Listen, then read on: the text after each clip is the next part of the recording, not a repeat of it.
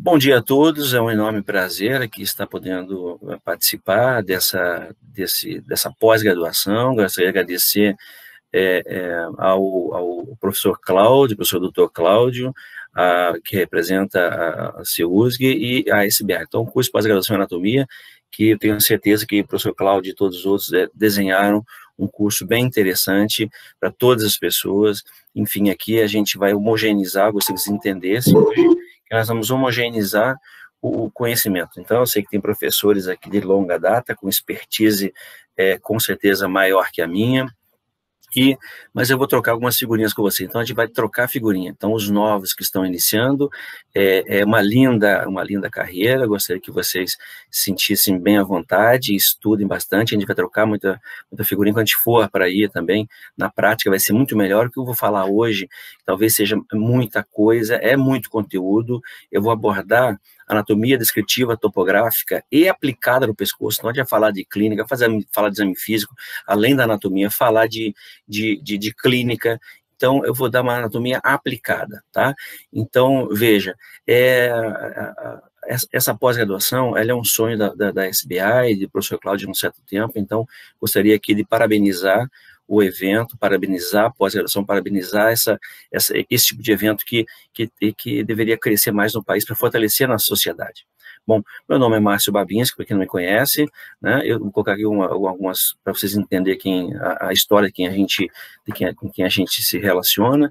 Então, eu sou médico, mas lá atrás eu fiz enfermagem, eu não esqueci de colocar aqui, eu sou enfermeiro pela Universidade de Vale do Itajaí, eu sou médico com residência em ortopedia, especialista em acupuntura tradicional chinesa, especialista em metodologia do ensino, mestrado e doutorado em morfologia pela UERJ. Eu sou orientador do programa de pós-graduação, mestrado e doutorado aqui do Ciências Médicas da UF, membro efetivo da Sociedade Brasileira de Anatomia, Pan-Americana de Anatomia, American Association of Anatomists, e também sou fundador presidente atual da Sociedade de Anatomia de Saúde do Rio de Janeiro. Bom, mas eu gosto de colocar essa imagem. Vejam, estou tão longe, mas tão longe atrás, né, que às vezes eu acho que eu sou o primeiro. Então, gente, é uma das coisas que a gente tem que carregar sempre, que é título, como Michel Foucault fala, é uma ordem do discurso, né, que a sociedade coloca para a gente. Então, é importante, eu diria que aumenta a responsabilidade, né? A gente não é o primeiro, está na frente de ninguém. Nós temos que ser sempre humildes e poder trocar e poder crescer com isso, né, como ser humano, sempre com a nossa função de professor, né, que aqui eu estou, da gente, então, trazer luz ao quem está precisando, trazer a luz do conhecimento a quem está precisando, tá? E aprender também. Então, quando a gente ensina, a gente aprende, né, como diz Cora Coralina, porque quando você vai estudar, você está sempre estudando para preparar uma boa aula, atualizando suas aulas, a gente está sempre melhorando, né? Então, nesse sentido, tem essa frase com vocês: a gente não pode se achar o primeiro, tem que ser humilde e sempre ter boas relações. Bom, aí eu preciso falar de Cuvelier, que lá em 1791 dizia: sem anatomia não existe fisiologia, cirurgia, nem medicina, ou nem qualquer área de saúde. Vejam, hoje nós vamos falar um pouquinho de pescoço, né? Eu sei que talvez essa realidade não é de muitos aqui dos colegas, mas talvez, com certeza, de alguns bucomaxilos da turma. Eu não sei, depois a gente vai conversar quais são os nossos alunos, se são médicos, dentistas. Eu sei que tem um pouco de tudo, né? Isso é interessante, uma turma multidisciplinar, cada um tem uma experiência e vai trocando. Então, a gente vai falar hoje aplicado à clínica, aplicado na anatomia descritiva topográfica, não só ela por si, mas, enfim, a importância que ela encontra quando a gente aplica, seja na educação física, na fisioterapia, em todas as áreas, né? Então, vejamos. Mas eu preciso fazer algumas homenagens. Eu sempre coloco isso quando eu vou falar para grandes pessoas que eu não conheço, que nós temos grandes anatomistas, e eu, particularmente, sou muito fã desses dois. Jean-Léo Testy, né, o grande Testy, o seu pupilo, aí, o André Latager, né? Então, o professor Testy foi um cara que se dedicou a vida lá na França à anatomia, né? Perdeu a mulher cedo, então, aos seus 30 anos de idade, e ele se dedicou à anatomia, se enterrou no anatômico, né? Então, veja, Deus criou o homem, sempre tem essa frase, nós escrevemos um artigo, eu vou compartilhar com vocês: Deus criou o homem, Testy o descreveu. Os outros só foram melhorando a descrita, né, os descritores, melhorando as imagens. Aí o Michel Latager, filho do André Latager, ele pegou, obviamente, o único autorizado por texto era o André Latager, depois o Latager passou para o seu filho, autorizando as revisões do livro, e depois se uniu o Ruiz Liar, o nosso irmão aqui do Uruguai, que aí criaram um livro Rui Liar, Michel Latager, Rui Liar, né? Outro grande mestre, o professor Sobota, com seus lindos atlas, e agora, por sinal, lançaram um livro que é Anatomia Clínica, que é texto e atlas, né? Ele usa as imagens do Sobota em texto agora. Bom, não podemos esquecer do Rouvier, grande anatomista também francês, escritor muito detalhista na drenagem linfática do corpo, então um grande especialista em drenagem. O querido professor Neto, nosso grande ilustrador médico, né, que trouxe várias imagens que a gente utiliza até hoje. Eu vou praticamente utilizar várias imagens aqui do Neto e de um outro autor. O professor Keith Moore, grande professor também, que nos deixou há pouco tempo, ele também foi um grande anatomista, que a gente se espelha, né? E, para não deixar de falar, nós temos brasileiros, para quem não conhece ou conheceu, o professor Liberato José Alfonso Didil, um brasileiro, médico, que é um dos nossos dinossauros da anatomia, né? Então, um dos alunos de Bovera, que foi o primeiro anatomista que veio ensinar anatomia no Brasil. Então, o professor Didil foi, inclusive, reitor em Ohio, né? Ele deixou lá um professor, que é o professor Carlos está lá, não Carlos Machado, é outro Carlos, né? E o professor Machado, que nos deixou também recentemente, é outro ícone para mim, onde a gente sempre estudou. O professor Didil também tem um livro dele, que é Anatomia, Tratado de Anatomia, são 2 volumes, que vale a pena ler, tem muita etimologia, muito latim, muito grego, ensina bastante, é um livro muito bom de texto, algumas imagens talvez percam, mas enfim, ele contribuiu muito para a anatomia mundial, né? E o professor Machado também, não tenho o que falar da neuroanatomia. Aos meus mestres, eu gosto sempre de falar, então, o professor Ercílio Pedro da Luz, o grande professor que me iniciou na anatomia, lá na Univale, em 1997, quando formado em enfermagem. O professor Ercílio já não está mais entre nós, mas eu devo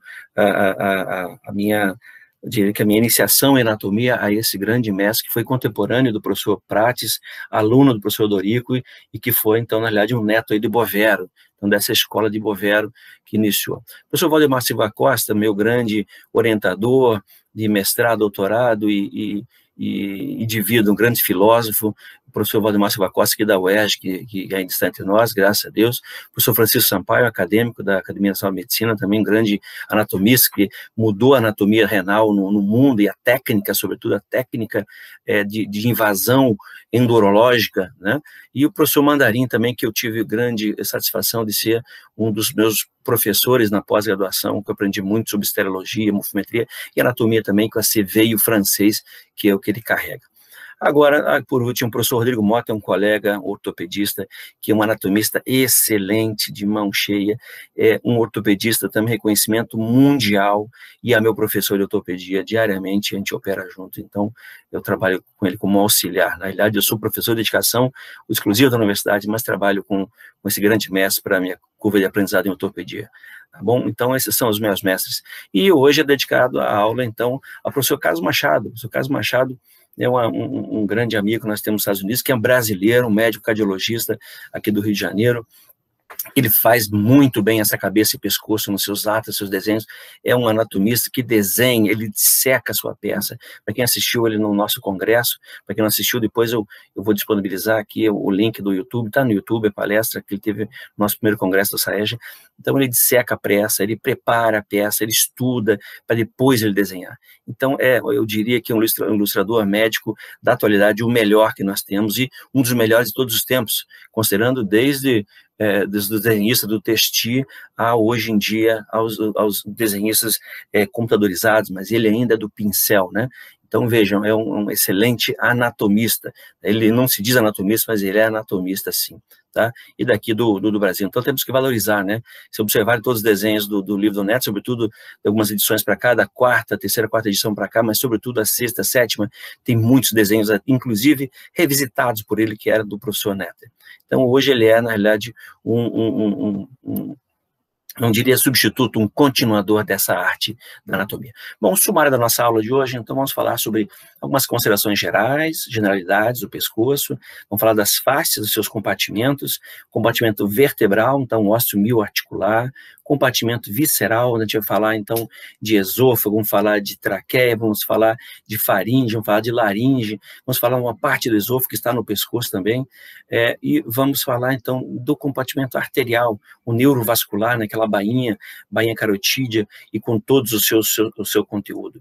O compartimento superficial, então neuromiofacial, seria essa camada mais especial que nós observamos no desenho à direita, em vermelho, né, que se estende também para o dorso.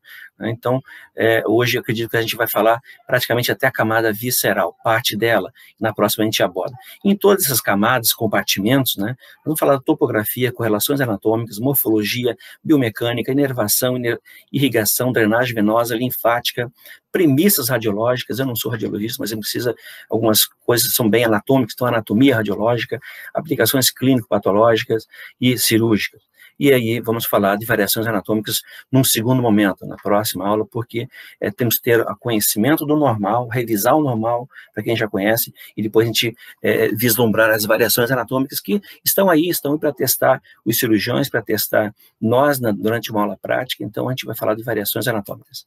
Muito bem. Então, gente, vamos lá. Sem isso aqui, ou seja, para a prova com a sala de aula, ou no hospital, na emergência, se não souber anatomia, que é o pilar.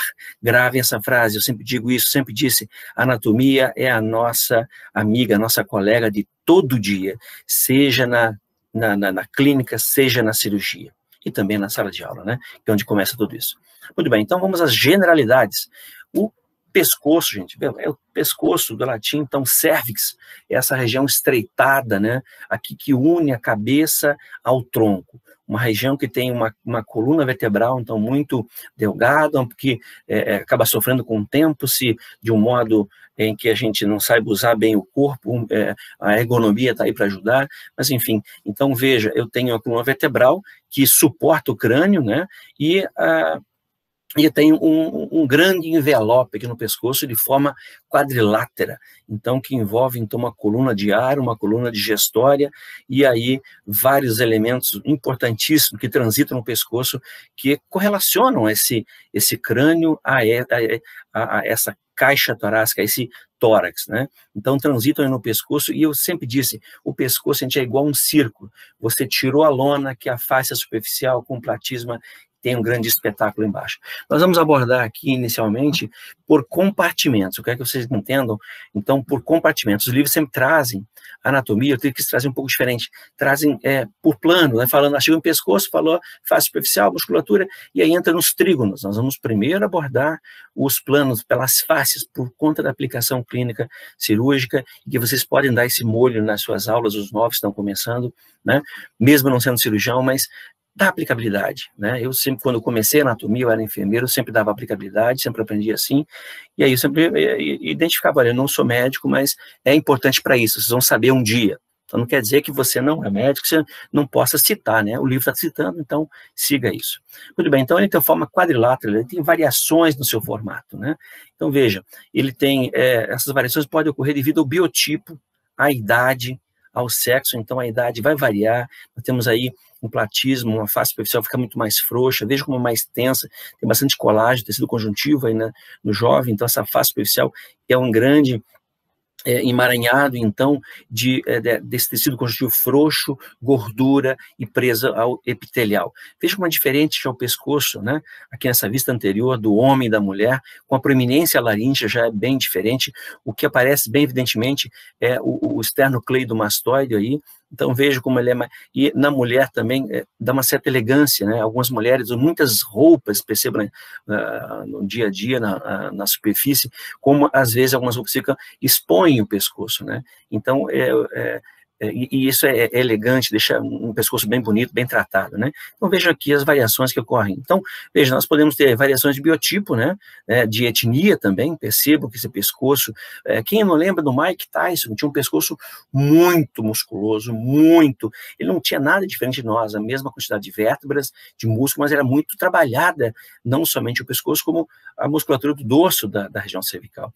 E aí deixava esse pescoço praticamente unido ao tronco, né? E aqui ao lado, veja um moço, então, com uma variação, ela acontece. O que eu falei do pescoço feminino? Então, a gente roda um pouquinho para o lado, para o outro lado, a gente percebe claramente um grande divisor de águas aí na superfície, que é o nosso esternocleidomastoide. Olha aqui um pescoço já, então, da jovem, de uma idosa, né? Como ela vai alterando, ainda tem colágeno aqui, mas tem um pouquinho mais de tecido de gordura nesse aureolar. Percebemos aqui, então, outro tipo de pescoço, né, e aí já começa a dificultar um pouco para quem trabalha com cabeça e pescoço. O bucomaxilo, o cirurgião de cabeça e pescoço, né, cirurgião geral numa emergência. Então, mas os planos não mudam, por isso a gente vai falar de fáscias, vai por planos. Chegou em certo plano, a gente pode entrar no trígono, aí nesse trígono abordar segmentar. Então, os trígonos a gente é para abordagem segmentar. Nós vamos falar, então, isso em segundo momento. Vejam, então, uma questão aí de variação. Outra variação associada a uma síndrome, o pescoço, praticamente, ele é contínuo, a cabeça é contínua com o tórax. Então, isso é importantíssimo. Ou esse outro muito musculoso. Olha o esternocleidomastoide desse moço. Olha a face quadrada dele. Então, essas variações são importantes sempre abordar, né, que existem e podem dificultar, então, o profissional de saúde lá na clínica. Né? Importante que os alunos saibam disso. E também a questão cultural, veja, olha só, lá numa tribo, se eu não me engano, da Malásia, enfim, do Oriente. Então é elegante para as mulheres usar esses anéis, né, no pescoço, e conforme elas vão crescendo, colocando mais anéis, e mais anéis, e mais anéis, quanto o pescoço mais alto, né, mais elegante mais auspiciosa é aquela mulher até chegar a esse nível. Olhem, tentem visualizar, gente, o primeiro anel e o último anel. Considerando tanto faz crânio caudal como o inverso. Percebam como fica alongado. Bom, com certeza essa senhora não tem hérnia de disco cervical, né? Vejam, olha como ocorre uma adaptação, né? Isso que a gente utiliza muito na ortopedia é um alongamento ósseo, né? Então, na ortopedia, normalmente a gente faz em ossos longos, usa fixadores externos, aí a gente utiliza essa instrumentação cirúrgica, onde a gente faz alongamento dos ossos, podendo fazer crescer em um paciente, uma pessoa de até 20 centímetros. Alguns já operamos, alguns anões, operamos, que eu digo eu, do Rodrigo Mota, anões, ganhar alguns centímetros, isso dá uma qualidade de vida, mas aqui, isso é cultural. E isso, se a gente, imagina você, não é normal, né? Veja, é cultural. Se você tirar esses anéis, o que acontece com a criatura? Não tem força nenhuma muscular que mantenha esse pescoço. A tendência qual é, gente? A tendência é cair para um dos lados, que é a atrofia muscular, né? Tem sensibilidade, vai ter motricidade, mas a musculatura está atrofiada. E aí, a tendência ao fletir de uma compressão, uma fratura. Então, isso, como diz aqui uns atores daí, já que estão falando de anatomia, do Grey's Anatomy, não é normal. Bom, o pescoço é importante para a transição entre a cabeça e o pescoço de vários elementos. Então, vejam os vasos que vão levar a nutrição até o encéfalo, né? Vão perceber que existe então, a carótida e um circuito fechado. Então, da carótida, que sai direto do cajado da aorta, transmitindo aí duas carótidas direita e esquerda, e depois lá os primeiros ramos da subclave, os ramos ascendentes são as vertebrais, que vão passar por dentro do processo transverso das vértebras cervicais até chegar lá no foro magno. Vejam, então, esse fluxo que sai da subclávia vai se encontrar com o fluxo que sai das carótidas, e faz um circuito fechado no crânio, que é o polígono de Willis. Então, veja como é importante, se um desses feixes, e o que é clinicamente importante, veja, por exemplo, as carótidas. Em regiões onde tem muito impacto, né, o sangue, é a tendência de fazer lesão do endotélio, acumulando placas, né, placas de ateroma, de gordura, pelo alto quantidade de VLDL, enfim. E aí você tem essas placas, e é muito comum, hoje em dia, fazer Doppler de carótidas. Doppler de carótida para poder evidenciar, porque pode estar levando pouco fluxo, né, para o encéfalo. Também, através desses vasos, posso levar de um trombo aí do coração, né, e fazer uma obstrução, uma isquemia cerebral transitória, né, e as veias drenando esse sangue venoso, então, da face do pescoço. Então, elas já vêm também no circuito diferenciado. Eu tenho um plexo venoso na região cervical, as veias, então, jugular externa e a jugular interna. Então, veja, vem dentro da cabeça e de fora da cabeça, transitando o pescoço. E aí, nessa região também, eu tenho vastos feixes nervosos que irrigam, logicamente, o pescoço e que mandam elementos para inervar os membros superiores. Então, uma coisa que sempre aparece na emergência, pelo menos na ortopedia, provavelmente na fisioterapia, são pacientes que têm dor à distância, às vezes uma dor no cotovelo, uma dor no punho, uma atrofia muscular nessa região, nem sempre é da região, tem que considerar a dor no ombro, nem sempre pode ser da região cervical, alteração, uma oncoartrose, comprimento raiz nervosa, então, às vezes a causa está à distância, tem que sempre considerar. Então, como é importante esse tronco, né, que a gente fale desses elementos, além de considerar dos elementos viscerais que se encontram aqui, né? Então, tem a tireoide, um órgão importantíssimo para o nosso metabolismo, as paratireoides, então, a laringe, então, veja, na região do pescoço se encontra a nossa fonação, o centro do controle da fonação, através das cartilagens da laringe, com a musculatura própria, que a gente vai abordar também. Então, não vamos falar somente de pescoço superficial, a gente vai abordar item por item na sua minuciosidade, com minuciosos detalhes, né, os mais sórdidos, porque é o que nos diferencia. Nós somos professores de anatomia e vocês estão fazendo uma pós-graduação. Quem já conhece muito, tem uma expertise, vai aqui, então, relembrar, né, e quem está começando vai aprender bastante, eu espero, com todos os professores desse curso. Bom, então, veja, olha aqui, a transição também de elementos importantes, o esôfago, né, então, o canal digestório, o trato digestório, levando da faringe até o tórax, então tem o faringe também na porção cervical, então o esôfago, a traqueia que leva o conduto de ar, então elementos importantes. E aí, vejam, nessa transição entre cabeça e pescoço, que a gente vai abordar já já, vocês vão perceber que eu tenho uma cúpula, como é importante conhecer do lado direito essa cúpula pulmonar, que tem uma importância gigantesca por conta da punção venosa profunda, que se pode lesionar o pulmão, ou um tumor de Pancoche nessa região pode levar a comprimir o plexo. Então veja como é interessante essa relação aqui de transição do pescoço ao tórax. É que essa imagem mostra claramente isso tudo, né? Eu tenho lá o plexo braquial, eu tenho vasos importantes para nutrir o membro transitando aqui, eu tenho então o sistema respiratório, o digestório aqui, e o nervoso, e lá embaixo o respiratório, importante essa relação, então, assoalho do pescoço, como a abertura torácica superior. Também é importante, veja com essa imagem, eu falo aqui dessa estrutura importante, notem que esse feixe vascular nervoso transita depois aqui, deixando o pescoço, mergulha numa região triangular, em formato de um cone, né? Então, que é esse canal cérvico-axilar, que pode levar a uma síndrome também, a síndrome do desfiladeiro torácico. Vamos abordar isso ponto a ponto.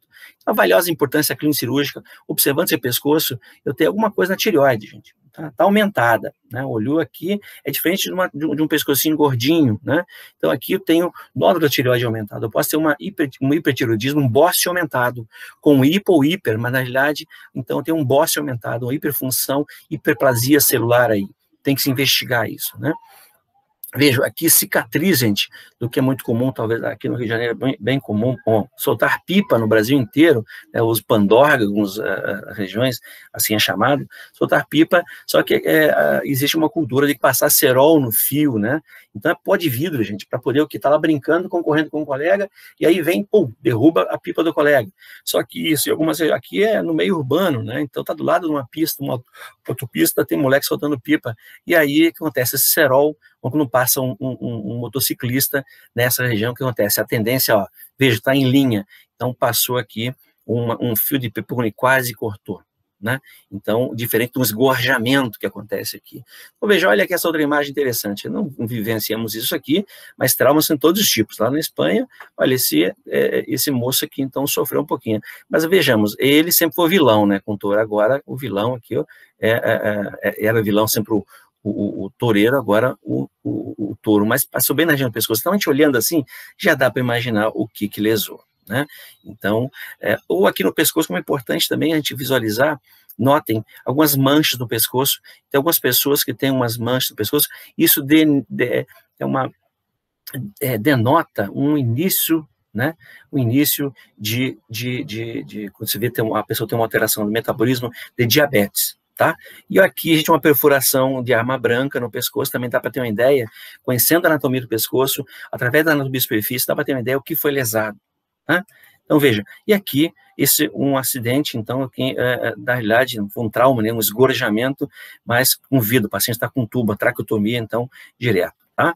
Bom, esse formato, já falamos, é quadrilátero, né, estreito, né, e isso varia bastante por conta da etnia, né? Vejam, a transição entre cabeça e pescoço, ele forma a transição entre cabeça e pescoço, as estruturas são importantes, já falamos, então também é de uma abordagem complexa da região, se você não tem noção desses compartimentos, desses trígonos, e através da superfície, alguns planos, que a gente vai falar também no segundo momento, de pontos de reparo anatômico que favorecem essa identificação dos trígonos e do que a gente quer estudar, e para entender essas lesões que eu mostrei anteriormente, né? Então, é valiosa a importância clínica cirúrgica. Muito bem.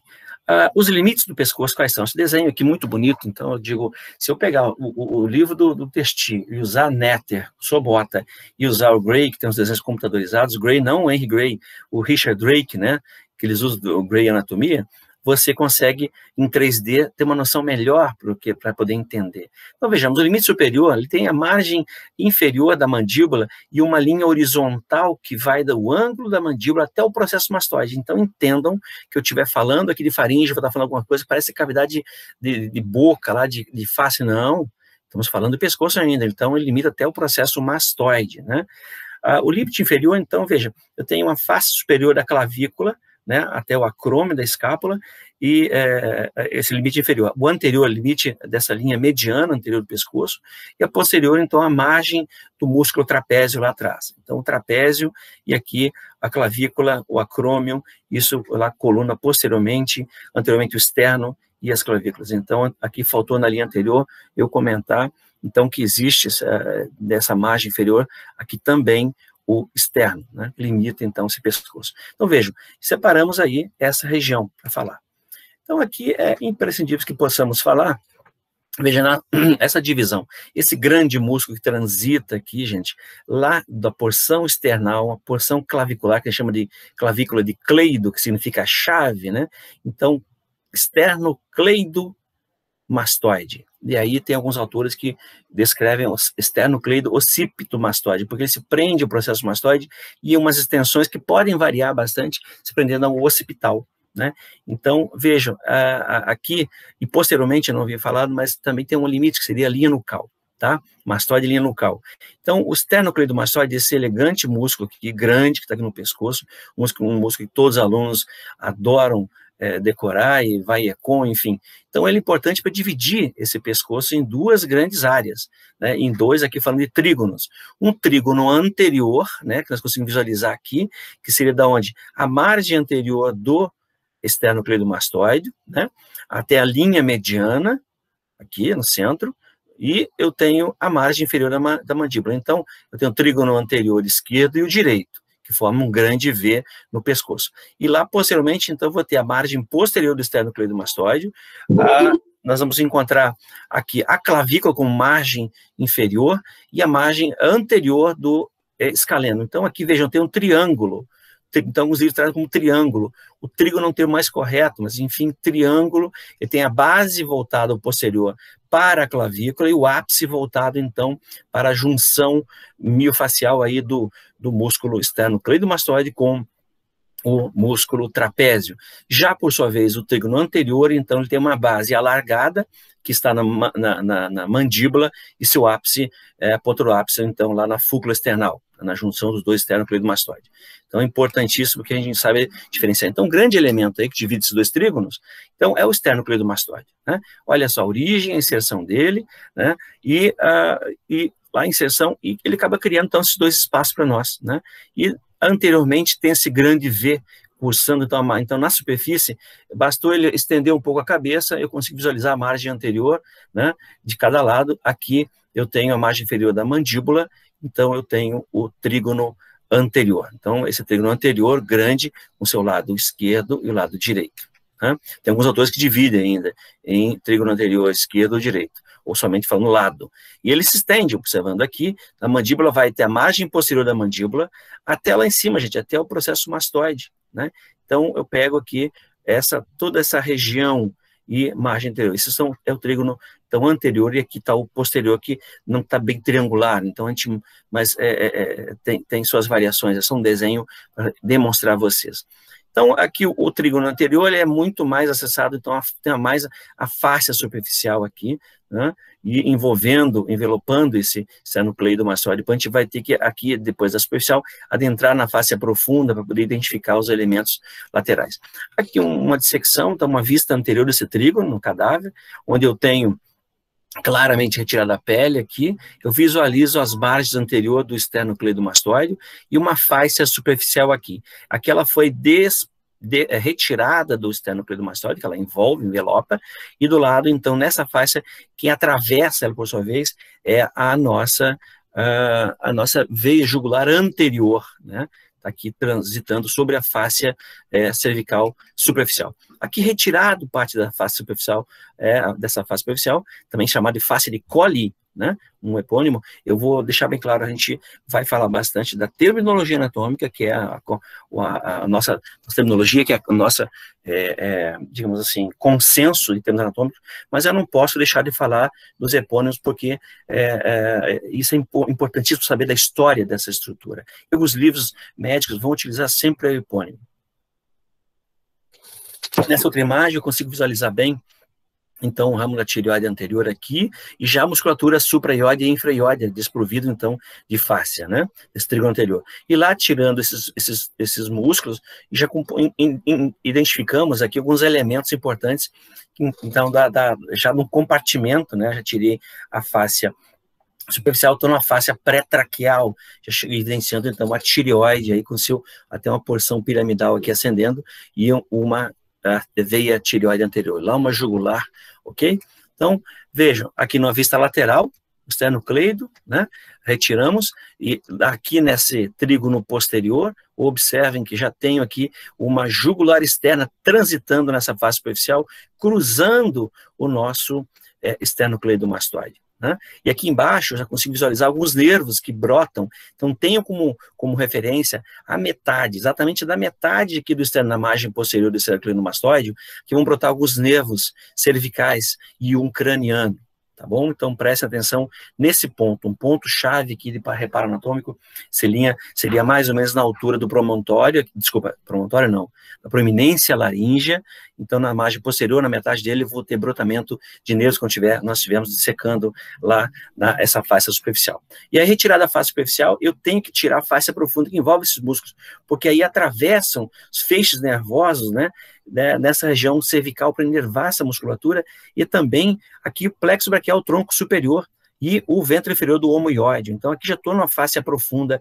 do pescoço, considerando as faces, mas eu estou nesse trígono posterior.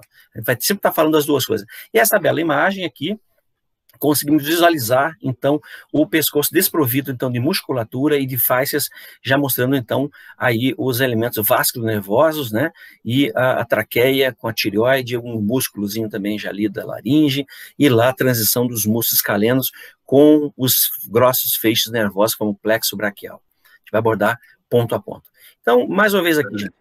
Professor, pois não? Posso perguntar agora ou eu posso deixar para depois? Como é que eu vou? No final, gente, é melhor para a gente poder abordar bem, tá bom? Agradeço a todos. Então, a margem aqui inferior, gente, da mandíbula, vamos delimitar na superfície a linha mediana e a margem anterior do esternocleidomastoide. Então, aqui eu tenho o trígono, então, anterior. Então, aqui é o local de descida e subida. Então, desce o quê? Elementos daí, lá do sistema respiratório, né, o ar, o sistema digestório, o alimento, e ascende aí, desce nervos cranianos, e ascende aí, então, vasos, né, que vão à cabeça, né, então, e drenam também linfática e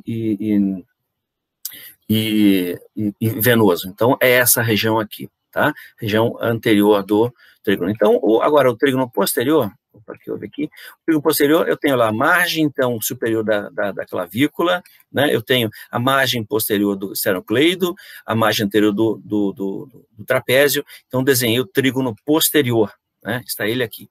E, por sua vez, é o local, então, de passagem de elementos que saem, que mantém relação com o trígono anterior, com o pescoço, para a região do membro superior. Então, o trígono posterior, ele tem mais relação com os elementos que vão transitar para a axila e para o membro superior. Tá? Então, ou que saem aí do tronco, né? Nesse caso, os vasos, as subclávias, e o retorno das veias subclávias para essa região, ok? Linfa também. Então, olha aí, a saída, então, daqui dos nervos, grossos nervos, já falamos, e de feixe vasto nervoso aqui para o membro superior. Então, o trígono posterior está mais ligado com a inervação dessa musculatura, mas, sobretudo, então, vai migrar estruturas para onde? Para a axila, ombro e para o membro superior como um todo. Precisamos saber dos outros trígonos?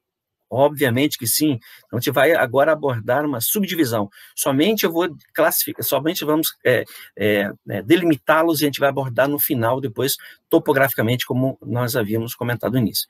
Então, esse trígono anterior, veja, ele tem aqui algumas subdivisões. Então, na verdade, nós temos aí, particularmente, 5 trígonos. Eu diria que 6 nessa imagem, não, está faltando um. Então, o trígono posterior está aqui e o trígono anterior está aqui. O anterior, considerando, então, aqui o homoióide, veja a margem do digástrico, né, o feixe anterior e o feixe posterior, eu acabei criando aqui um trígono submandibular que se estende até posteriormente lá. Aqui, posteriormente, da margem anterior do esternocleido, a margem do outro músculo importante, estou usando somente os músculos como ponto de reparo. Então, o ventre anterior do digástrico, né, a margem aqui superior dele, com o digástrico com o músculo homoióide, né, o ventre superior de homoióide e do esternocleido, eu vou ter aqui o trígono carótico, tá, o carotídeo. Aqui anteriormente, então, eu vou encontrar abaixo do homoióide, então, esse porção do trígono anterior, esse feixe aqui, que é o músculo, então, homoióide, ele vai transitar por debaixo aqui do esternocleidomastoide, vai deixar um outro ventre, até um tendão aqui, então, esse ventre que sai da escápula, né, a porção, então, homoióide, homoióide. E aí, ele separa aqui um outro trígono que não aparece, né, seria a divisão do trígono posterior, que seria o subclávio, tá bem importante para a gente utilizar isso em punções, é importante conhecer. Então, esses trígonos são importantíssimos, e aqui na superfície, o que nós podemos palpar nesse trígono anterior, que é de superfície, gente? O ocioide, então, achou a margem, ele estendeu o pescoço, a margem inferior da mandíbula, eu vou encontrar o ocioide aqui, né? E logo abaixo, palpável, e quando você palpa um pouco falando, você vai perceber que altera a voz, porque tem um músculo importante da língua, né? Então, que sai daí, que é o hioglosso, né? Então, abaixo dele, correndo um pouco mais nos homens na linha mediana, é fácil encontrar a proeminência laríngea, está, inclusive, a incisura conseguimos palpar. Importante porque logo abaixo eu vou encontrar o ligamento cricotireoide, e aí eu tenho embaixo o arco anterior da cricoide. E aqui é um ponto para os não cirurgiões de emergência que pode ser utilizado com a caneta Bic, às vezes, fazer uma cricotireostomia, abrir aí uma emergência para poder desobstruir. Então, qualquer um anatomista que tenha aí, conhece a anatomia de superfície, uma caneta Bic, você pode, na iminência da angústia do paciente desfalecer, num bloqueio de obstrução de vias aéreas, você pode fazer uma cricotireostomia, um trauma de face grande aqui, com a caneta Bic, mas não esqueça de tirar depois o tubo, né, o canhão com a tinta, e o tampinho pode usar, inclusive ela, para favorecer. Então, a cricotireostomia aí, logo abaixo, então, encontra essa borboleta, que é a nossa tireoide, palpável também, mas lembrando que tem alguns músculos que podem dificultar isso, né? Esses músculos infra-ióides, alguns podem dificultar essa palpação, né? Como o esterno-ióide, o esterno-tireoide, dificultam um pouco, né? Muito bem, então vamos às faces, para poder começar agora na anatomia mais topográfica. Então, as faces, sempre elas existem, faces são superficiais e profundas, né? Elas são situadas entre a pele, né, e os músculos e ossos adjacentes.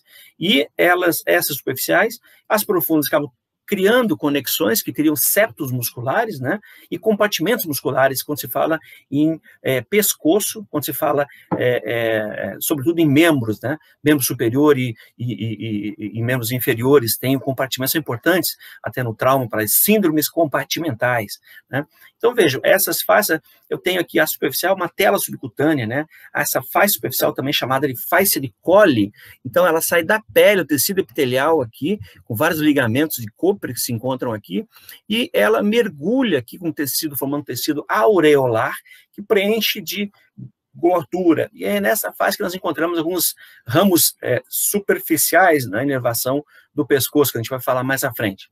Então, esse tecido adiposo, né, frouxo, que une, então, a derme à face profunda. Então, no gordinho, isso aumenta bastante, e isso distende a pele, né? Já no idoso, isso é mais desprovido, então fica aquela pele mais frouxa na região do pescoço. A face profunda, então, uma camada membrosa, né, tecido também conjuntivo, só que mais denso, agora não frouxo, e aí ela que reveste, envolve os músculos, forma aquele nós chamamos, então, de perimísio, né, e a continuação entre uma loja muscular, então, e separando septos, né? Então, com outras estruturas como os ossos e aí o aponeuroses, criando então esses compartimentos. Aqui a gente vai falar então que existe nessa face superficial um compartimento muscular pequeno, que são os músculos, então, o platisma, aqui o esternocleido de cada lado, e também daqui dos músculos supraioides, são superficiais e infraioides, tá? Então, a camada muscular, mas faz parte da camada da fáscia superficial. Daqui depois tem uma fáscia pré-traqueal, né, que envolve, então, traqueia aqui, que envolve esôfago, e ela vem até na coluna aqui. Já na coluna, envolvendo a musculatura, tem uma outra fáscia aqui, que é a fáscia pré-vertebral. Então, eu tenho aqui fáscia anterior, aqui tem uma fáscia pré-visceral e uma pré-vertebral, tá? E essa pré-vertebral, então, vai envolver um compartimento, que é esse compartimento muscular, chamado compartimento vertebral.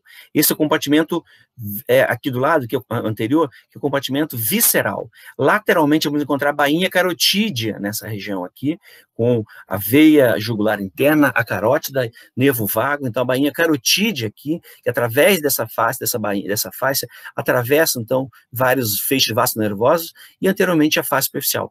Nós vamos falar por esses compartimentos, a gente vai abordar compartimentos, tá? E depois nós vamos abordar os trígonos. Então, a outra importância dessa face na região cervical, qual é? Na verdade, ela tem um papel importantíssimo, né? Então, como tem ali, transitam vasos linfáticos e nervos superficiais, também transita um plexo venoso, também é um meio importante de via de propagação, gente, de organismos patogênicos, né? Às vezes um abscesso aqui dentário, uma alteração de cavidade bucal pode migrar, já vi paciente migrar um abscesso para o mediastino, porque, vejam, essa faixa pré-vertebral aqui, ela vai ser contínua lá com o tórax.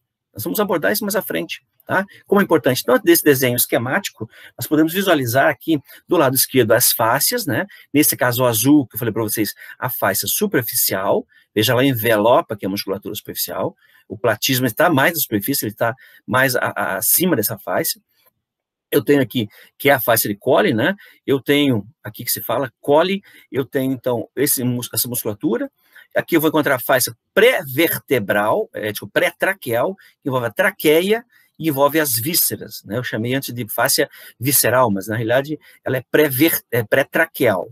E aí eu tenho do lado de cada uma delas, envelopada aqui, a bainha carotídea, que é parte da fáscia superficial. A superficial se continua e envelopa aqui esse feixe vasto nervoso, e ela se continua lateralmente, vejam, gente. E aí vai envelopar a musculatura posterior aqui, que se prende lá no processo espinhoso. Então, veja, do processo espinhoso até anteriormente, é a fáscia de Colli, fáscia superficial.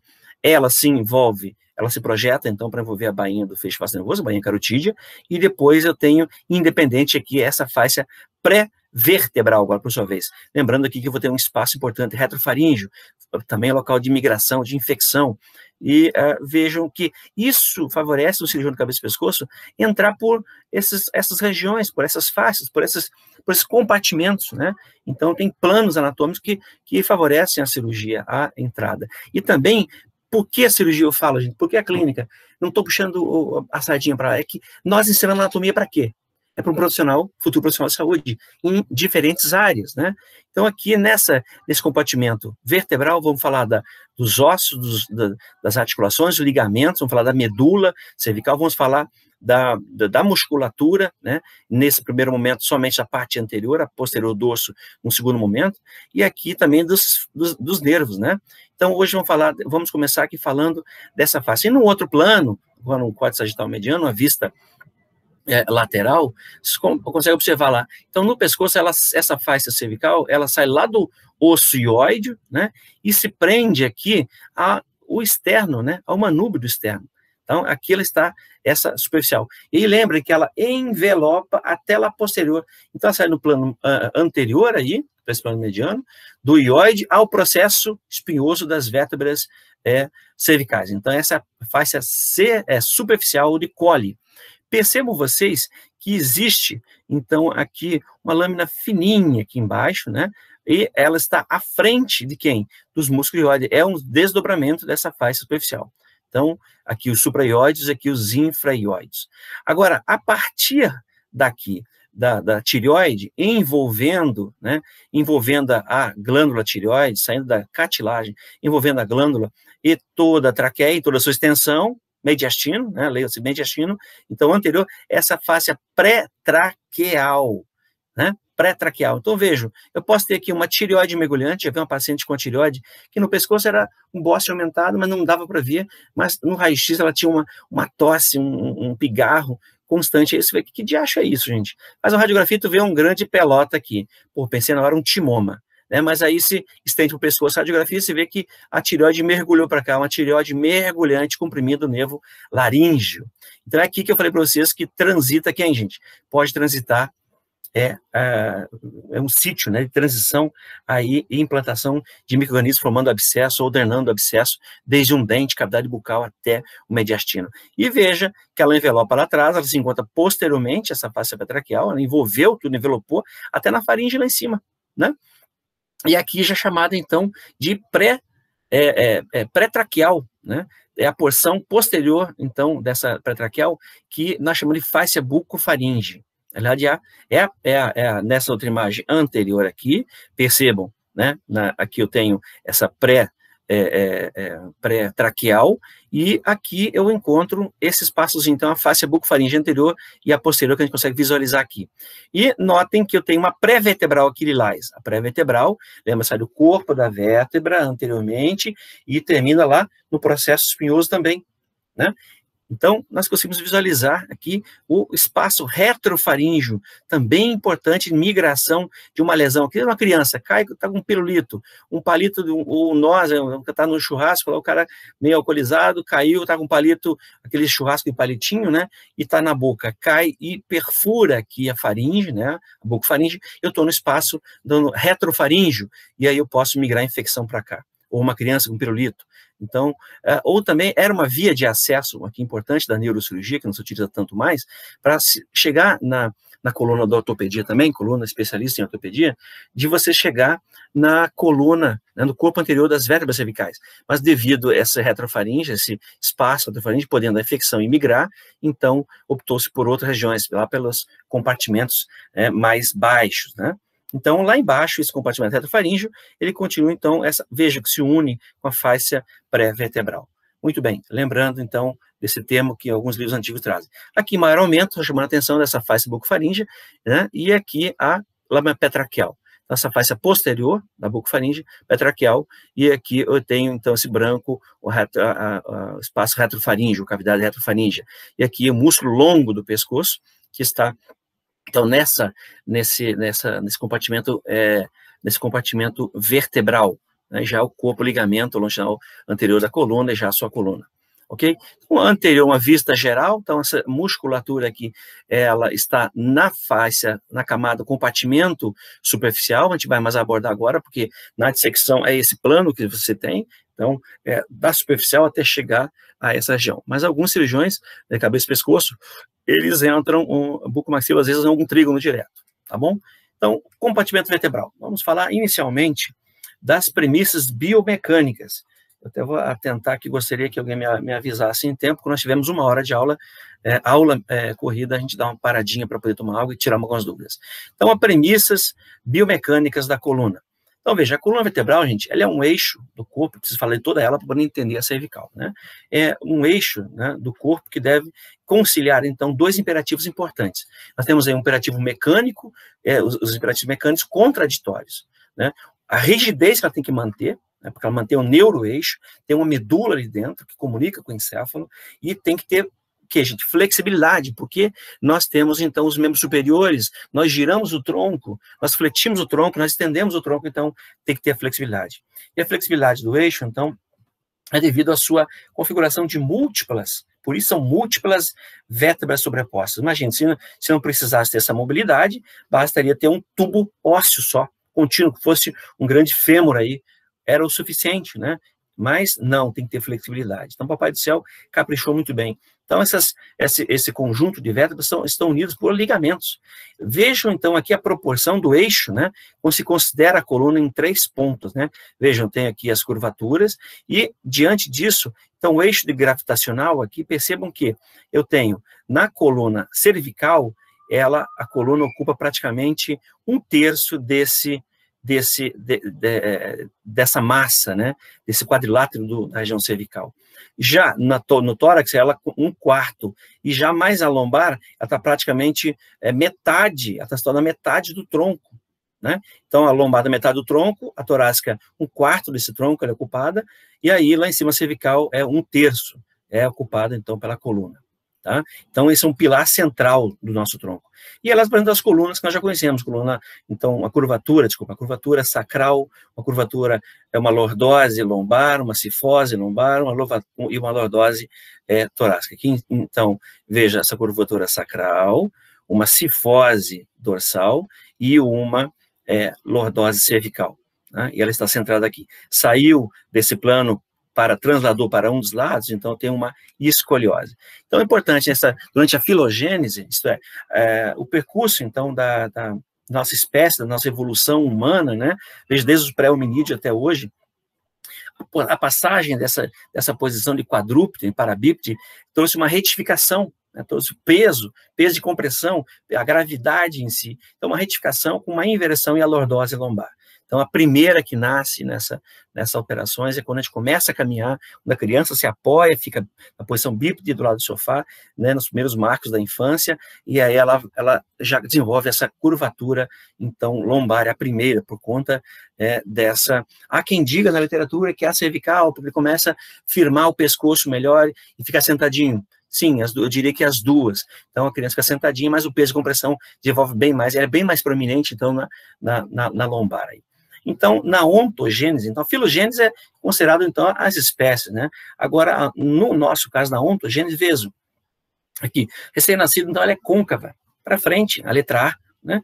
Aqui do ladinho o desenho, gente, acompanha o desenho aqui. E, com 5 meses, a letra B, então, ela continua ligeiramente côncava, mas para frente, né? Já na letra C, com 13 meses, se torna retilínea, e começa a sofrer peso de compressão, né? Aos 3 anos, ligeiramente, então, tem uma lordose, e ela é bem acentuada aos 8 anos, né? Que se consolida essa lordose, mas não as vértebras, vamos falar aí de epífises ainda, e aos 10 anos ela adota, então, sua postura definitiva, tá bom? Então, a coluna, ela apresenta vários ângulos por conta dessa sobreposição de vértebras, e nesse caso, o que nos interessa aqui é as cervicais, a gente vai falar já, então, das angulações que nós podemos fazer dessa coluna, e que elas diminuem com alteração à idade funcional, onde você tem levanta uma quartrose, às vezes uma coluna de bambu, né? Às vezes você faz um diagnóstico, o bucomaxilo, o dentista, pela deglutição, né? Aí faz uma radiografia, já vai identificar, né? Então tem uma flexão, extensão, né, dessa cabeça, e aí eu estou envolvendo a coluna cervical. né? E uma lateralização, então, eu vou encontrar. Aqui está considerando a coluna lombar, mas nosso objetivo da aula aqui, então, é cervical. Então, veja, lateralizou a cabeça, posso somente lateralizar a coluna cervical, né? Ou para cada lado. Então, do movimento, e alguns eixos de rotação são perceber como é importante, então, a primeira vértebra cervical. Notem, agora, imprescindível que a gente fale desses elementos de cada vértebra. Eu tenho aqui um platô vertebral, né? Do corpo da vértebra, toda a vértebra, então, tem, a grande maioria, vamos perceber que tem um corpo, que é a primeira, um corpo, um processo transverso, processo espinhoso, processos articulares, né, um canal, e aí ela apresenta, gente, um filete na sua formação, né, na criança, até as meninas, até a menarca, a primeira menstruação, os meninos aí na adolescência também, geralmente as meninas acontece primeiro. Então, você tem a R, vejam, eu tenho um filete marginal, então, de uma ossificação epifisiária, que forma um anel que se une ao resto do corpo, né? Então, esse filete marginal compõe o platô. Então, tem um superior e existe um inferior, tá? E lá para volta dos 14, 15 anos, se funde o corpo vertebral. Isso a gente verifica nas vértebras, e ele, às vezes, esse platô acaba formando proeminências ósseas, que lembram velas derretidas, né, que os lábios de uma vela derretida, que são os osteófitos, junto com os ligamentos, os síndemosmófitos, e que são grande vilão aqui, então, dos nervos espinhais, né, tanto cervicais como lombares. E as alterações dessa ossificação, então, desse núcleo epifisiário, é importantíssimo para que você entenda uma doença no tórax, que é a doença de Schauermann. Vamos falar disso mais à frente. Então, quem der aula de coluna ou de tórax vai falar provavelmente disso. Então, nesse corte aqui, nessa figura 1.14, apresentam várias linhas de força nesse platô vertebral, né? Veja, para suportar nessa evolução nossa, suportar a gravitação, suportar o peso e compressão. Então, são linhas verticais que nós encontramos aqui, são linhas horizontais e algumas oblíquas, né, que se cortar uma vértebra, vocês vão perceber que existe aquela parte esponjosa. Então, tem uma cortical fininha, que são aí praticamente os platôs, né, e a parede de todo esse anel, desse corpo vertebral. O restante é tudo corpo, então são linhas ósseas de tecido de osso esponjoso. Então, as trabéculas verticais, elas se apresentam aí, parece um leque, né, gente, de um platô a outro platô, ok, do superior ao inferior. Já as linhas verticais, em leque, sai no platô superior. Essa em leque especial sai no platô superior em direção ao processo articular superior, em direção ao processo espinhoso, saindo do platô superior. Então, platô superior, os ossos se organizam, então, em direção ao processo espinhoso e ao processo articular superior, tá? Apófise ou processo espinhoso. Do platô inferior, eu tenho também em leque, ela se origina do platô inferior ao processo espinhoso e ao processo articular inferior, né? Então, vejam, e aqui existe um entrecruzamento desses três sistemas trabeculares que estabelece então, um ponto de grande resistência, gente. Quando se cruza esses leques, essas feixes de fibras ósseas, de osso, na realidade, né, as trabéculas ósseas, então eu tenho aí uma grande resistência e um ponto menor de resistência seria esse trígono da base, tá? Ok? Então, veja, agora a compressão, por quê? Então, a fratura cuneiforme, veja, compressão aqui, então exatamente nesse ponto de base que eu falei, tem uma fragilidade, pode ocorrer uma fratura de compressão. Vários idosos, né, vários pacientes acabam descobrindo, às vezes na emergência, faz uma radiografia tórax, o cara tem uma fratura, às vezes, antiga, né, colapsada, ou às vezes num acidente, tá? Ou ainda essa fratura por esmagamento, né? Então, vejo como esmagamento complexo. Aqui só ficou na base do trígono anterior, e aqui em toda ela, então, elas se entrelaçam. E aí, esse colabamento aí. Para que isso aconteça, então, esse muro posterior, que é importante falar do muro anterior e posterior, ele tem que ser vencido, né? E aí é uma força de compressão de aproximadamente 800 quilos. Então, imagine vocês, às vezes uma queda ou de uma estrutura rasa, uma piscina rasa, ou rio, ou um acidente, cai de cabeça, ou de paraquedas, enfim, um grande trauma de compressão pode levar a esses 800 quilos, né? Então, vejo aqui, isso aqui para todas as vértebras, apesar que nós estamos, o desenho mostra do Capanje, ele só mostra os desenhos dessas vértebras que são mais lombares, mas é para ilustrar melhor, tá bom? Então, existem dois segmentos de Small. Todos que trabalham com clínica vão olhar uma ressonância, observam lá nódulos de Small. Então, tá ligado a isso, gente. Então, tem o segmento passivo, que é o número 1, a própria vértebra, né? Ela é passiva, tá paradinha ali. E o motor, que é o cujo, então, que é o contorno da figura, né? Veja, o contorno aí, que seria de um ligamento aqui, né? Eu tenho disco intervertebral, né? Aqui de AP, então tenho disco intervertebral, tenho forame intervertebral, né? Eu tenho a composição desse motor, seria então o disco intervertebral, o forame intervertebral, as articulações interapofisárias, o ligamento amarelo, que estaria aqui dentro, né? E o ligamento interespinhoso. Então, vejam, esses elementos que prendem um passivo ao autopassivo, que tornam o quê? O segmento motor ou ativo, tá? Para trazer mobilidade e flexibilidade à coluna. As divisões de Brugger trazem, então, um pilar anterior, que seria o A, com o pilar posterior. Então, o pilar anterior, ele é o corpo da vértebra, e o pilar posterior, ele então, desempenha a função, né, que seria os processos articulares espinhosos, desempenha a função. Então, e aqui, ela fica mobilizando em um núcleo pulposo, um disco, que está aqui embaixo. Então, esse é o segmento motor da coluna. Em toda a coluna, nós estamos aqui falando da cervical. Então, vejam vocês, força e compressão na articulação interapofisária, como acontece, né, número 1 aí, vejam que desempenha um papel de um ponto de apoio, né, de sistema de alavanca, amortecendo esses força e compressão da coluna. Número 2, amortecimento indireto, né, e passivo, o disco intervertebral, então ele é passivo, né, e aqui embaixo, nota em 3, eu tenho amortecimento indireto pelos músculos e os ligamentos que prendem aqui os processos espinhosos entre eles, ou espinhosa intertransversal, a musculatura também do espinhoso ou intertransversário, ou do espinhoso, ou dos intertransversários, tá? Então, amortecimento das forças. E aqui a gente chama esse movimento de inclinação na flexão, na extensão. Notem, tem ali o núcleo pulposo dentro do disco, né? E eu tenho uma vértebra sobre a outra. Então, tenho uma extensão, né, no plano sagital e uma em dois planos, seja uma anterior e tem uma digitação e uma flexão. Então, tenho flexão, extensão e uma rotação. Houve erro de digitação, gente. Então, veja, os ligamentos importantes na coluna, quais são eles, gente? Eu tenho aqui o longitudinal posterior, né? Eu tenho aqui o longitudinal anterior, eu tenho o ligamento amarelo em toda a sua extensão, né? Todos eles estão fixando os corpos das vértebras, nesse caso cervicais também. Eu vou encontrar o interespinhoso aqui e o supraespinhoso, que na região cervical vocês vão perceber que ele está mais alargado, formando o ligamento nucal, tá? E aqui as superfícies articulares que a gente vai abordar, na realidade, na cervical não vamos encontrar isso. Então, aqui, veja, olha o núcleo, então o disco intervertebral. Então, é uma articulação que existe aí, uma articulação anfiartrose, né? Então, constituído por dois platôs de vértebras, né?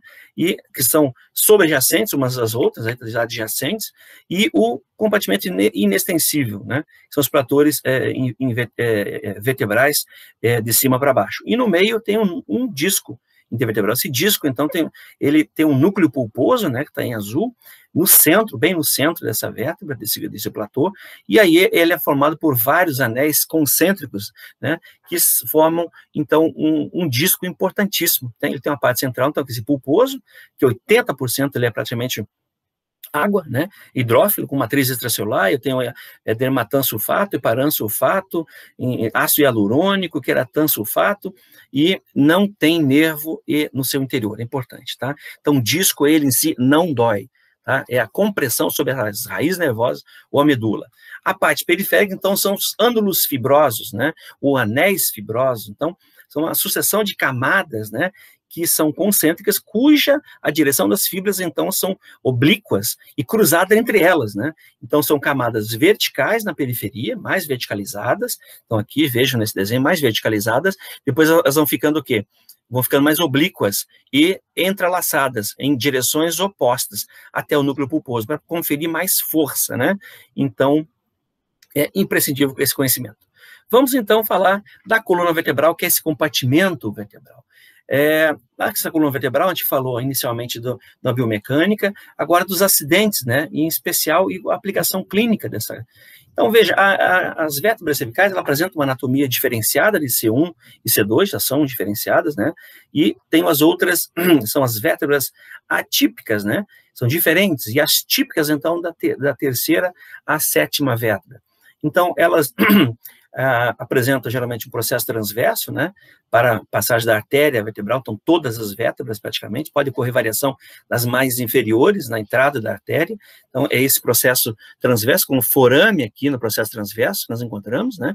Então vejo como é importante conhecer, existe essa artéria aí. Imagine um paciente que tem frouxidão ligamentar, que a gente vai falar já, naqueles movimentos de não bem apropriados, que não seja por um profissional de educação física, um fisioterapeuta, um bom osteopata, né? Naqueles movimentos da coluna, você pode fazer uma lesão aí dessa artéria. artéria. Veja, o processo espinhoso são curto, né, o bífido, da C3 a C7, eu tenho aí um processo espinhoso longo da C7, C6, C7, canal, então, medular amplo, você vê que é bem alargado, né, e uma lordose cervical de 20 a 40 graus. Isso são elementos importantes. Então, notem que a primeira vértebra aqui não tem um corpo, ela é preenchida pelo processo odontoide, que vai preencher e favorecer, então, a rotação da cabeça, né, vamos perceber a lateralização. Então, essa primeira vértebra tem esse nome, gente, Atlas, todos sabemos, por conta de uma associação com os gregos, né? Então ela se articula ali com o osso occipital, né, na sua superfície articular, e mantém uma relação com esse forame magno, então o canal vertebral aí. Então a Atlas, essa C1, ela tem forma de um anel, que vocês podem observar do lado, tem as facetas articulares laterais, né, com suas superiores côncavas, e tem as inferiores também. O tubérculo anterior, então, ele não tem corpo, né? E, na realidade, ele ele é preenchido pelo processo odontoide. Então, ele tem uma faceta, uma fóvea para articulação na rotação da cabeça, então, desse processo odontoide com a Atlas, né? Um ligamento transverso importante aí, que ele acaba fixando, um transverso e dois alares, que fixam, então, esse processo transverso aí. Mas esse é um dos vilões no trauma também, podendo fazer, então, uma fratura do chicote, a compressão, a fratura desse processo odontoide, levando a uma compressão da medula oblonga, e aí, por sua vez, o bulbo, o núcleo cardiopneumentérico no bulbo, levando a uma parada respiratória, né? E essa massa lateral. Então, nessa vista anterior, eu vejo aqui, na posição anterior aqui, eu vou encontrar o tubérculo anterior, vamos ver lá na frente um pouquinho, importante, o tubérculo posterior que vai dar origem aos processos espinhosos, então ela não tem ainda aqui, falta um corpo, o canal é amplo, né, tem o processo transverso, então com forame, ok? Já nessa vista aqui da axis, já falando dela, mas eu vou falar na outra imagem, essa é uma vista superior, e aqui a vista inferior, vejo a face articular, então não tão côncava, né, aqui, o arco posterior, bem definido, com o tubérculo, ok? Na próxima imagem, agora da axis, vamos falar da axis. Então, é a mais forte das vértebras cervicais, pela sua robustez do corpo dela, né? Ela é mais atarracadinha, digamos, compacta, né, nesse sentido. Então, vejam, tem um processo odontoide, que vai preencher a arte, já falamos, um processo espinhoso longo, né, e bífido, podendo ser bífido aqui, às vezes pode variar, mas bífido, depende do ligamento nucal. Observe que ele apresenta, então, na sua face anterior desse corpo, né, observe que vários buraquinhos, vários furinhos são as foraminas, para que onde os forames nutrícios, alguns entram no corpo da vértebra aqui, né? E aqui o pedículo vertebral, importante agora aparecendo o pedículo vertebral, e notem então a face articular superior e aqui a inferior, superior para a Atlas e a inferior para a terceira vértebra. Então, nota que esse corpo já se projeta com um platô mais posteriorizado. Na vista anterior, eu consigo visualizar, então, a face voltada para o canal vertebral, aqui, bem arredondado. Nota, então, que ele tem lá aquela curvatura, que é essa justamente aqui, para formar, na realidade, o forame intervertebral. Na realidade, seria o primeiro forame intervertebral. Tá? Notem, então, nessa vista interior, aqui como essa parte interarticular importante aqui, e aqui de onde vai surgir aqui, o forame intervertebral da C2 com C3. Aqui seria passagem do nervo, então, seria C3 aqui, C2 aqui, porque o C1 sai lá do craniano. C2 aqui, desculpa, C2, me confundiu. C2 aqui C1 aqui entre o crânio e a Atlas, C2 entre a Atlas e a axis, isso, e C3 aqui embaixo. Tá? Então, desculpe a confusão. Então, essa relação entre hospital, C1 e C2, nós temos aí 50% de flexão e extensão, eu tenho 50% de flexão e extensão, que são 25 graus. Tá? E quando a gente mede isso, geralmente a gente dá um embaixador da língua ao paciente e coloca na boca e pede para ele fazer a extensão e a flexão e mede com o paquímetro para verificar quanto que ele consegue, uma avaliação de fisioterapia, educação física ou ortopédica. É uma avaliação ortopédica, mas de aplicabilidade para todas as profissões. Muito bem. E aí eu consigo Então, isso entre a primeira e a segunda, entre o crânio e a primeira vértebra, né? 50% flexão.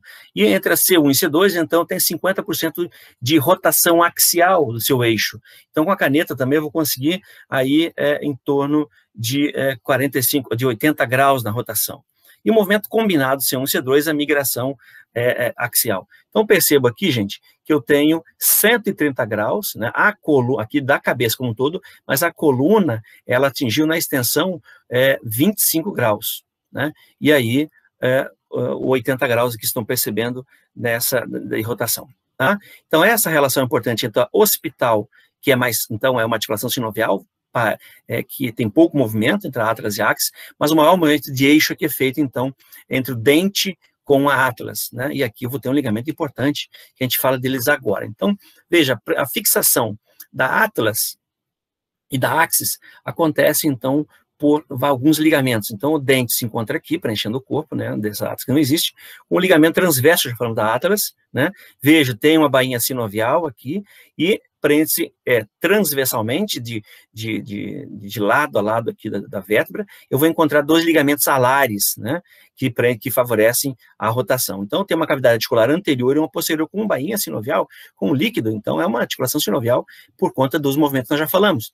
Aqui numa vista, então, anterior, vista posterior, desculpa, eu estou observando o corpo e olha o ligamento alar aqui, que são esses dois aqui, tá? O alar aqui retirado transverso. O alar, e existe um outro aqui do ápice, ok?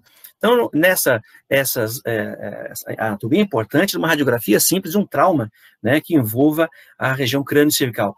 Olha aqui como houve uma lesão importante. Eu tenho aqui, lá em cima, a atlas lá em cima, né, e aqui a axis e a atlas, desculpa, desceram, né, houve uma disjunção, uma lesão atlantoaxial, atlanto-occipital, ok? Aqui outra ruptura, com ruptura do ligamento. Eu percebo uma coluna, o ligamento aqui de uma coluna de Dennis. Nessa outra imagem, fratura do odontoide, né? Então, veja, olha como houve a vértebra desceu, que é C3, a atlas está aqui, e o odontoide está lá em cima. Então, houve uma fratura do odontoide que é importante identificar, tá? E aí, uma imagem que eu não tenho aqui seria uma transoral também, é importante para a gente evidenciar isso. Outra, luxação atlantoaxial, então, só a luxação, eu tenho aqui a atlas lá em cima presa e tenho aqui a axis, né? Então, vejam uma luxação. Então, a radiografia, esse paciente está entubado, né? Então, a importância aqui é a questão do ABCDE, do trauma e, sobretudo, vias respiratórias, e a gente verificar depois esse trauma. Então, o C3 e C7, elas são particularmente iguais, com uma variação um pouquinho do processo do corpo e do processo espinhoso. Notem, então, a C3, que eu tenho um processo espinhoso aqui bífido, né? Aqui uma lâmina do arco vertebral, o pedículo do arco vertebral, aqui as facetas, os processos articulares, e aqui o corpo, note o corpo, então, com essa projeção, veja como ele não é retilíneo como lá as lombares, as cervicais, tem uma projeção desse corpo, então, esse platô inferior é mais projetado, isso que favorece uma oncoartrose. Nota, então, a lamela aqui costal, forame do processo transverso, e aqui o unco esquerdo com o unco direito. Então, lateralmente, formam alguns uncos, né, que fossem ganchos. Então, esses uncos, por isso, depois, com o tempo, se consolida com os ligamentos, formando uma oncoartrose, tá? E lá atrás eu vou ter os elementos que são importantes, que vão formar desse platô. Eu tenho aí a formação dos osteófitos, ok? Então, a C7, aquela última, agora um corte na vista anterior, veja a quarta vértebra cervical, com o unco do corpo aqui, né? O corpo por si só. Já nessa outra vista, conseguimos observar um tubérculo posterior e um anterior aqui. Esse anterior não é tão frequente, conspícuo.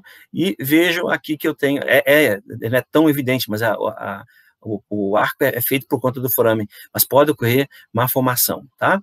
E aqui eu tenho, depois eu vou mandar um artigo para vocês que nós publicamos, de um arco não bem desenvolvido, num indivíduo adulto, encontrado uma radiografia, né? Percebemos aqui nessa imagem inferior alguns detalhes a mais, então vejam esse pedículo. Essa região aqui, gente, se eu direciono um L disco para cá, eu tenho uma L disco mediana, eu tenho aqui uma paramediana e uma foraminal, ou uma extraforaminal. Quais são os grandes problemas? Quando grande paramediana, que toca a medula, ou quando eu tenho uma paramediana ou foraminal que toca a raiz nervosa. Então, professor, por questão da extensão da cabeça, né? Sei lá, escreve bastante. O dentista, o cirurgião, né, algumas profissões desenvolvem mais a oncoartrose e alterações cedo, né, da coluna vertebral cervical. Então, veja aqui o corpo, o canal vertebral e o processo espinhoso bem definido e alongado da sétima. Então, veja aqui, da C2 a C7, como são da C3 a C7. E aí, a composição delas, o processo transverso de todas elas, imprescindível, porque eu vou encontrar aqui, gente, uma artéria. Essa artéria é o primeiro ramo superior das subclávias, subclávia direita e esquerda, que é a artéria vertebral. Então, ela adentra no processo transverso das vértebras e vai até lá em cima, atravessa aqui esses ligamentos, né, a membrana aqui do ligamento nucal, e atravessa e chega onde? No canal e no forame craniano vertebral, que é o magno. Então, notem, como o ligamento, nós falamos lá do ligamento longitudinal anterior, o interespinhoso aqui, seria lá dentro, que não vai aparecer o amarelo, né? O ligamento longitudinal posterior, o amarelo, e aqui, desculpa, e o ligamento interespinhoso. E aqui na região, todas as outras vértebras têm um supraespinhoso muito fino, tênue, onde se prende a fáscia, né? E aqui também se prende a fáscia. Que fáscia? A fáscia superficial de Collins. E aqui eu tenho um ligamento espesso, que é difícil de palpar no exame físico. Então, esse ligamento chama-se ligamento nucal. Se prende a linha nucal, lá na protuberância orbital, e desce até o processo espinhoso da C6, C7. Ok? Então, aqui, entre todos, ele tem um grande, forte, um tecido conjuntivo fibroso denso, ligamento nucal, com algumas aberturas para passar de elementos. Então, aqui a composição dessa coluna vertebral, já que falamos de ossos. Então, a organização. Notem, então, os juncos aqui, esses juncos são importantes. Então, importantes por conta da oncoartrose, da compressão dos nervos aqui, podem passar por aqui. Olha os corpos vertebrais, então, com seus espaços, né? Sempre na tomografia, na radiografia, aparecer espaços. Quando não tem disco desidratado, eles estarão bem aumentado. Quando tem disco desidratado, ele vai estar achatado, igual uma ameixa seca, então aproxima o corpo de uma vértebra, basta comparar uma com as outras, vão perceber que isso fica fácil. Já notando que aqui, entre as atípicas, uma coisa que se percebe que não tem, porque não tem corpo, então é o disco intervertebral. Somente da segunda em diante. Tá bom? Da axis, a terceira que eu vou encontrar disco. Aqui eu não tenho disco intervertebral. Quando se fala entre as vértebras, não só lembrar, é uma coisa boba, mas parece, mas é importante que nós possamos saber. Tá bom? E aqui um corte desse desenho bonito do nosso querido professor Machado, né?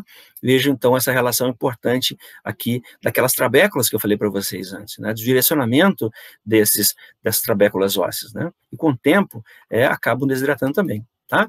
Então, os ligamentos aí das articulações, atlanto-hospital, eu tenho atlanto-hospital, então, articulações sinoviais, membranas atlanto-hospital, a gente vai falar agora, ligamento transverso, cruciforme, os alares e a membrana tectórica, né? E tenho aí as atlanto-axiais, né? E aí a gente vai falar mais à frente, na sequência, as zigoapofisárias.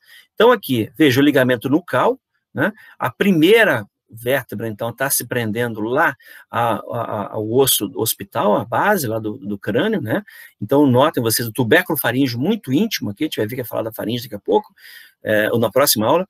Vejam, então, aqui a primeira articulação. Notem aqui, de cada lado, eu vou encontrar uma cápsula articular, eu tenho um ligamento, então, atlantoaxial aqui, com uma cápsula articular e deslizamento, né? E a membrana atlantoaxial anterior, né? Notem entre as duas aqui. Aqui vou encontrar mais uma vez um atlanto axial lateral, aqui são mais centralizadas, que são as laterais, ligamento nucal, e lá as articulações zigoapofisárias entre os processos articulares superior e inferior, o superior de uma vértebra, o inferior de uma vértebra superior e o superior de uma vértebra inferior, formam essa articulação. Aqui numa outra vista posterior, podemos observar a membrana atlanto-hospital. Veja como não é difícil, gente. A anatomia sempre, o prefixo e o sufixo da palavra indicam do que você está falando. Notem aqui, essa atlanto, que ela é perfurada, que eu mostrei na imagem anterior, então, pela artéria vertebral que sofre aqui uma flexão, né, mediana, em direção ao plano mediano, atravessa um forame que já existe para ela, e um sulcamento aqui, né, e aí chega lá para se unir, formar a artéria basilar do crânio, e aí, por sua vez, se unir com as carótidas internas, vão formar o circuito ou polígono cerebral, polígono de Willis. Logo abaixo, vou encontrar ligamentos amarelos aqui, tá? Aqui essa membrana tentorial, então, somente aqui atlantoaxial, ok? Uma vista lateral novamente, né, da atlantoaxial, né, da atlanto-occipital. Então, atlanto-axial e atlanto-occipital. Vejam que temos diferença aí, tá bom? Então, a T1, aqui a C8. Então, geralmente, na C7, tá, ou C6, pode variar aqui a entrada. Já vi relatos de variação da artéria vertebral entrar em C6, às vezes até mais alta, tá bom? Então, agora, na parte então, superior do canal vertebral, eu tenho lá, então, o clivo. Cortei a vértebra para poder observar aqui a nossa membrana tectórica, né, contínua, né? Então, na realidade, é o ligamento longinal posterior que se continua até lá em cima, fixando, criando a membrana tectórica, ok? Essa vista anterior, nota aqui a articulação atlanto-hospital, né? E as zigopofisárias depois. Já aqui, eu vou encontrar o oposto disso, eu vou encontrar, essa é uma vista posterior, eu vou encontrar o ligamento longinal anterior, né? O amarelo. Então, vejam, eu tenho aqui aquela relação cruciforme importante, o ligamento cruciforme. Então, veja, eu tenho os alares, né, mas eles não fazem parte. O cruciforme, na realidade, é o fascículo longinal superior, o longinal inferior e o transverso. Então, o ligamento transverso e os dois superior e inferior formam uma cruz. Então, ligamento cruciforme, em forma de cruz. Depois eu vou encontrar os dois alares, né, e todos envolvendo quem? A cabeça o processo do ontoide aqui, né? E lateralmente eu vou encontrar, então, aqui a parte profunda do atlanto axial. Aqui, nessa coluna vertebral, falamos de ossos, então tem que entender que existe um plexo venoso profundo que o Netter não tinha ainda nos brindado com essa imagem, como o professor Carlos Machado fez. Então, notem vocês aqui, eu tenho um plexo aqui muito íntimo do corpo vertebral, né, um plexo external aqui, vertebral, aqui em cima, gente, junto com veias emissárias das condilares, forma um grande plexo, e aí um plexo que corre aqui, com veias comunicantes, né, entre que corre pelo processo transverso, junto com a artéria, veja olha que interessante. E aqui eu tenho um profundo, então um vertebral profundo, e aqui com veias comunicantes. Okay? E aí isso se encontra cá embaixo, né, uma veia vertebral anterior, e vai descendo. Então, veja a relação muito importante desse plexo venoso íntimo do corpo da vértebra, tá? Então, vai drenar lá para baixo, vai acabar chegando na braquiocefálica, formando uma veia, então vão se confluindo para formar uma veia vertebral, tá? Então, tem uma veia cervical profunda, uma vertebral, aí, e tem uma artéria vertebral que nós já falamos. Então, todo esse complexo vascular aí segue pelo processo transverso das vértebras, né? E aí se encontra aqui com o tírio cervical drenando para a veia braquiocefálica, podendo às vezes drenar aqui nesse encontro da jugular interna com a subclávia, onde eu tenho aqui um ponto importante que a gente vai falar, inclusive, de um epônimo depois, tá bom? Então, esse é o venoso. O arterial, então, já falamos, eles percorrem, então, junto com a artéria. Esse desenho não existia antes do professor Machado. Na última edição, nós vamos encontrar. Então, aqui só para mostrar para vocês que essas vertebrais aqui, ó, as duas subclávias, né? Subclávia direita saindo da braquiocefálica e a esquerda, as duas ascendem até pelos processos transversos, veja como a última aqui está fora, então a C6, e vai embora, todas as vértebras, até chegar lá em cima, se une cada lado, formando a artéria basilar lá no tronco encefálico, e antes disso elas deixam, então, duas recorrentes, formando a artéria medular, né, que se encontra aqui anterior, existe a medular posterior, existem outros âmbitos que são as medulares posteriores nessa imagem aqui, tá, que socorrem para aqueles sulco mediano, anterior e os laterais na medula, quando a gente estuda a medula. Notem que existe contribuição de várias outras artérias também aqui. Então, a primeira aqui são as vertebrais, para essa medula, são as vertebrais que se unem lá no crânio com quem? Junto com a carótida, o desenho maravilhoso do Machado. Então, a carótida interna atravessou, que fez o seu trajeto sinuoso aqui no temporal, e aí se une com a vertebral formando o polígono de Willis, correto? Então, esse é o primeiro circuito fechado. Outro circuito fechado no pescoço seria, então, eu tenho tronco celíaco, aqui, desculpa, tronco tírio cervical, né? Enviando ramos aqui, tírio cervical, então a tireoide inferior e alguns ramos cervicais que se anastomosam aqui, gente, olha, nutrindo a medular, então essa artéria medular anterior, ok? E aqui dos dois lados. Então, pode ocorrer variações aqui, mas esse tronco tiro-cervical e a costa cervical também acabam se anastomosando junto com, e alguns ramos direto que saem da própria vertebral. A vertebral também emite alguns raminhos para nutrir a medula, dando essa artéria espinhal aqui anterior, e lá espera a artéria espinhal posterior. Tá bom? Então, nutrindo a medula. Como é importante conhecer essas variações. Bom, C2, AT1, então temos flexão, extensão, movimento combinado de inclinação lateral da cabeça. Tá? Movimento combinado, todas as vértebras, ok? Neutro e para o outro lado. Então, isso influencia sobre essas articulações aqui, e nós podemos ter alteração, que já foi falado, e eu vou comentar algumas. Na radiologia, da C3 a C7, vejam, então, quem é a C3 aqui? Olha que interessante. Lá eu tenho a C1, a C2, a C1 está aqui, e quem está aqui? O dente. Então, essa é uma imagem que eu esqueci de copiar para a anterior, que é a do dente da axila, processo odontoide, ok? Então, uma transoral, essa aqui é uma imagem transoral da C2, tá? Então, nós observamos aqui o processo, esse condilar, né, com várias células aqui. Eu tenho logo embaixo quem? A atlas e a axis. Então, essa aqui, então, C1, C2, C3, C4, desculpa, C2, C1, desculpa, vamos lá de novo, voltando, C1, C2, C3, C4, C5, C6, C7, tá? Vejo que na metade, sempre na metade, se eu pegar uma régua, né, simples, e eu envergar a régua, a tendência é quebrar onde? Mas na metade, porque eu tenho tensão aqui e aqui, correto? Então, é exatamente que na altura de C4, C5, sempre acontece C3, C4, C5, onde mais acontece hérnia de disco cervical. Nota, então, aqui que eu tenho o corpo, né, das vértebras, na anatomia radiológica, bonitinho. Nota a cortical, que mais o palacente. Nota aqui o processo espinhosos, aqui desde a C1, C1, C2, C3, no arco, na realidade, a protuberância, né, o tubérculo, C2, C3, C4, C5, C6. E vejo como aqui é preenchido por ligamento. Nota o espaço entre as vértebras, que é, então, preenchido por disco, né? Agora, numa vista anterior, isso você consegue visualizar, então, claramente o uncus aqui. Olha o unco de cada lado, né? Olha o outro unco aqui, né? Então, por isso, uncoartrose. Olha o espaço entre as vértebras que existem aqui. Os processos espinhosos mais proeminentes são os mais baixos, são mais robustos. Consigo visualizar nessa linha mediana, que inclusive essa coluna de ar, né, que está transitando no sistema respiratório, favorece. Então, o ar aqui fica em preto, favorece visualizar melhor esses processos espinhosos. E que uma outra vista mais oblíqua disso, né? Então, vejam, aqui, fratura da coluna cervical. Então, é importante, né, nessa imagem, eu ter sempre aqui comigo, o que, gente? Voltando à imagem anterior. Eu tenho que ter uma coluna chamada aqui, as colunas de Dennis. Dennis é uma classificação ortopédica. Mas tem uma margem que corre aqui no corpo anterior das vértebras, bastou, saiu desse eixo, tem uma anterolistese e uma retrolistese. Listese, escorregamento. Então, tem o corpo de uma vértebra aqui, outra vértebra ali, aqui a parte posterior lá o processo espinhoso. Então, sempre eu traço uma linha aqui.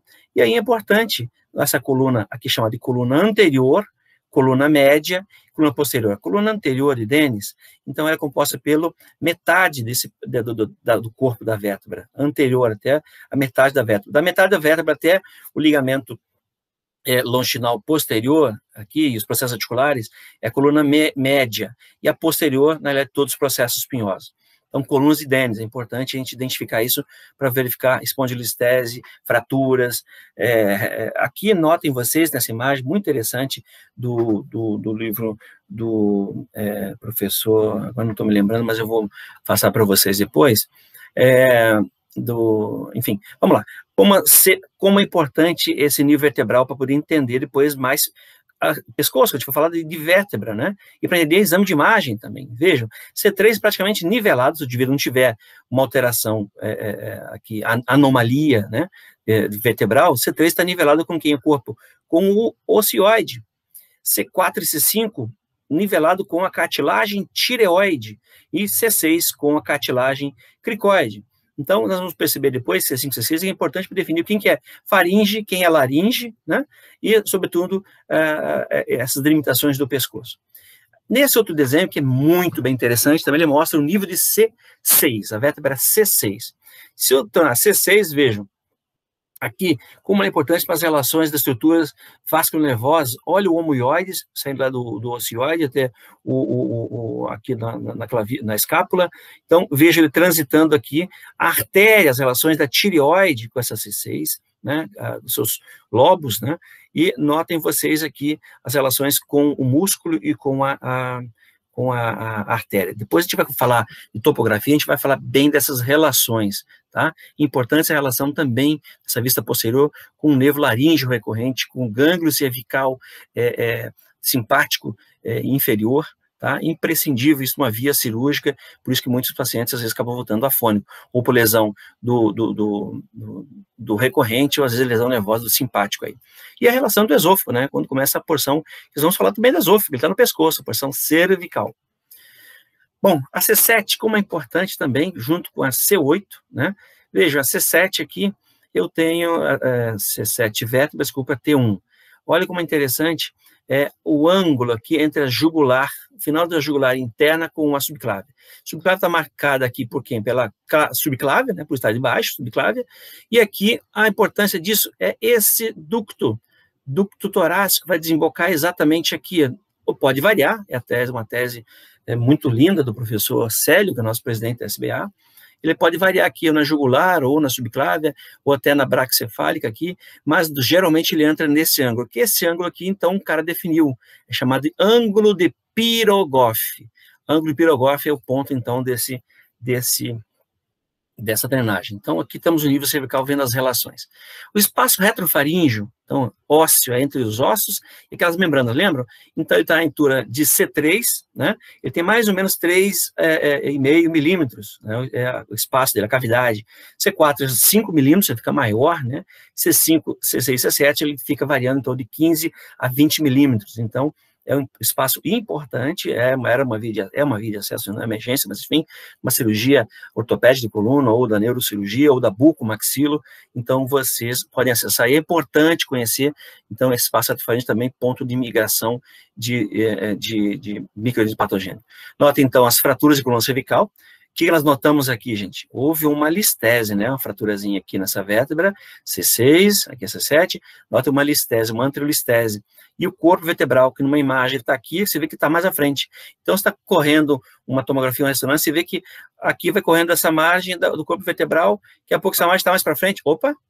Só nesse corte axial já imaginou que esteja assim, porque eu estou olhando aqui uma coisa e eu vou para a tomografia outra. Tá? Então, veja aqui, uma fratura de uma vértebra, tem uma compressão daquela região que eu falei que é frágil para vocês. E aqui também, nesse caso aqui, é antiga, tem já um colapsamento dessa vértebra, tá? Veja, os passos estão aumentados, ok?